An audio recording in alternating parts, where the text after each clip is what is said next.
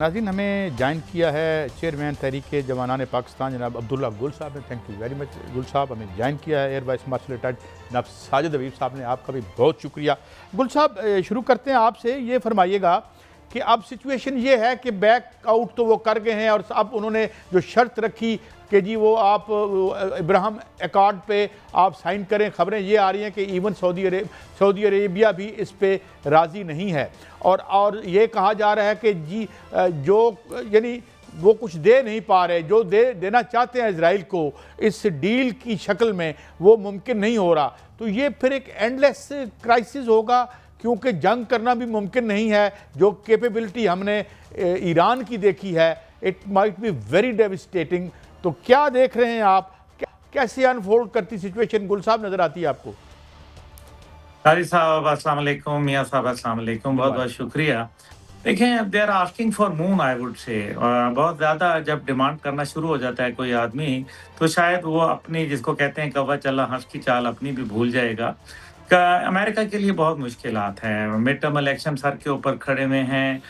लोग उनसे सवाल पूछ रहे हैं, दुनिया में तन्हाई का शिकार हैं, वगैरह वगैरह। हाउएवर, इसके अंदर एक बात बड़ी अहम हुई है और वो इजराइल के अंदर डेवलपमेंट है, जिसके अंदर अदालत ने 2 महीने मौखर कर दिया है फैसला जो उन्होंने देना था नेतन्याहू के काले करतूतों के ऊपर, और उसको सजा सुनानी थी। इसलिए अब जो लग रहा था, अब 2 महीने मौखर करने का मतलब ये है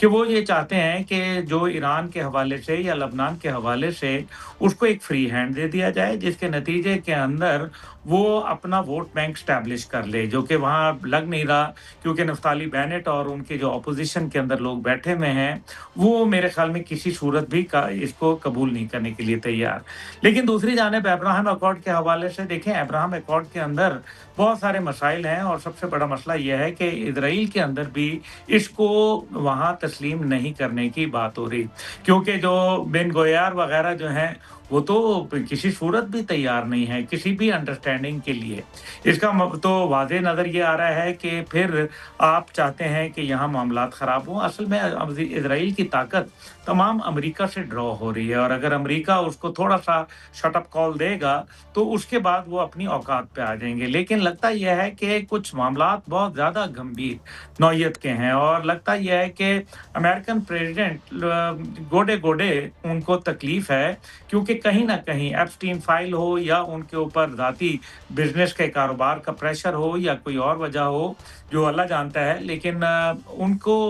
ये हर बार फैसला करते हैं। अब जो अब्राहम अकॉर्ड का, देखिए, अब्राहम अकॉर्ड हो गया या गजा पीस बोर्ड हो गया, ये तो फारिग हो गया। उसकी रीज़न सिंपल सा है, वो पूरी दुनिया को पता है, और जिन लोगों ने साइन किया था, मुझे तो लगता है कि वो भी उससे बाहर निकलने की बातें कर रहे हैं। पाकिस्तान इसको कबूल कर नहीं सकता, सऊदी अरब इसको कबूल नहीं करेगा, क्योंकि उनके लिए भी मुश्किलात हैं। और सऊदी अरब ने जिस तरीके से, आपको पता है, दौरान जंग अपना मुआहदा, उन्होंने दिफाई मुआहदा यूक्रेन के साथ किया, कतर ने भी किया। दिस शोज क्लियरली कि उनको भी ये पता है कि यूएई ने जो ओपेक प्लस से बाहर निकलने का फैसला किया, उसमें अमेरिका की कहीं ना कहीं एक आशीर्वाद हासिल है, जिसको अरब दुनिया के अंदर जीसीसी तोड़ने के मुतरादिफ समझा गया, और यही वजह है कि जीसीसी अब टूटने के ऊपर नजर आ रही है। ऐसी सूरत के अंदर अरब दुनिया के अंदर जो अमेरिका का एक डर खौफ था, या उनका एक उनके लिए एक कोई सॉफ्ट कॉर्नर था, I think that is no more एक मुझे देयर। इजाज़त और दीजिएगा यही वजह गुल है साहब, कि मैं चाहता हूँ कि मैं एयर मार्शल साहब को भी इन करूँ। एयर मार्शल साहब, ये फरमाइए, दो और आरा हैं। कुछ लोग हैं जो अच्छी वहाँ के जो दानिशवार में सुनता रहता हूँ उनको, और जो उनका सोशल मीडिया है, वो कहते हैं कि इट्स बेसिकली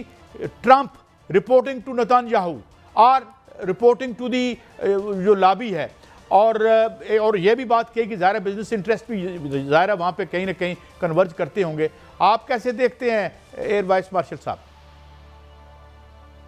सबको अस्सलाम वालेकुम। मैं बिल्कुल इस चीज़ से एग्री करता हूँ कि ये मैंने तो पहली दफ़ा देखा है इतने वर्षों में, कोई 50 वर्षों में, कि अमेरिका के अंदर मीडिया, और अब तो सोशल मीडिया भी है, उसमें इतनी ज़्यादा सतह के ऊपर इस सारी जंग की मुखालफत की जा रही हो। मीडिया,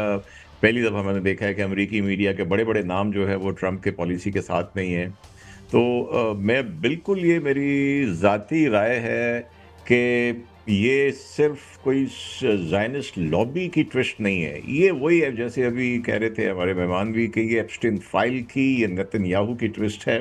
جس کی وجہ سے ٹرمپ کو ہر روز اپنا بیان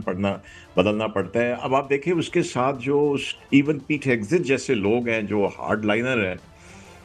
ان کی بھی باڈی لینگویج ڈفرینٹ ہو چکی، مارکو روبیو کی ہو گئی، جے ڈی وینس کی ہو گئی، انہوں نے ابھی جو ہمارے field marshal K last Iran visit کے بعد جو بھیجا گیا اس کے اوپر اس کی جو پریکٹیکلی جو ٹرمپ کے علاوہ جو باقی کابینہ تھی اس سب نے اس کو آلموسٹ ایگری کیا کہ جب ٹرمپ کو بھیج دیا گیا ہے فائنل ریٹیفائی کرنے کے لیے، اور فائنل اس نے بھی کہہ دیا، اس کے بیان تو صبح شام وہ تو ہم جانتے بدلتے رہتے ہیں، مارکیٹ اوپر نیچے آتی، پیسے بنائے جا رہے ہیں، وہ جو بھی اس کے کشنر وشنر سارے اس کام میں لگے ہوئے ہیں، وٹ کاف لگے ہوئے ہیں، سارے کچھ لگے ہوئے ہیں، لیکن یہ آپ دیکھیے کہ اس کے بعد یہ کہہ کے کہ ہم بلاکیڈ اٹھا رہے ہیں اور اب ہمارے شپ جو ہیں اپنے گھروں کو واپس جا سکتے ہیں، پھر دوبارہ سے اٹیک کر دینا، پھر ریٹیلیٹ کرنا ایران کا، یہ ساری چیزیں۔ اب آپ دیکھیے کہ جب یہ 10 دن ہفتہ پہلے جب فیلڈ مارشل کے دورے کے بعد ایک بڑی امید لگی تھی کہ پچھلے سوموار کو معاہدہ ہو سکتا ہے، اس وقت اگر آپ اسرائیلی میڈیا کو دیکھیں تو ان میں بہت بڑی شدت سے مخالفت ہو رہی تھی، ایک وزیر کا نام بھی لیا گیا، بالکل اس نے شدت سے مخالفت کی، اس نے کہا یہ تو ہمیں وعدہ ہی نہیں کہا تھا اسرائیل کو یہ والا معاہدہ جو، کیونکہ اس میں یہ شک بھی شامل تھی کہ تمام محاذوں پر جنگ بندی ہوگی جس میں لبنان شامل تھا۔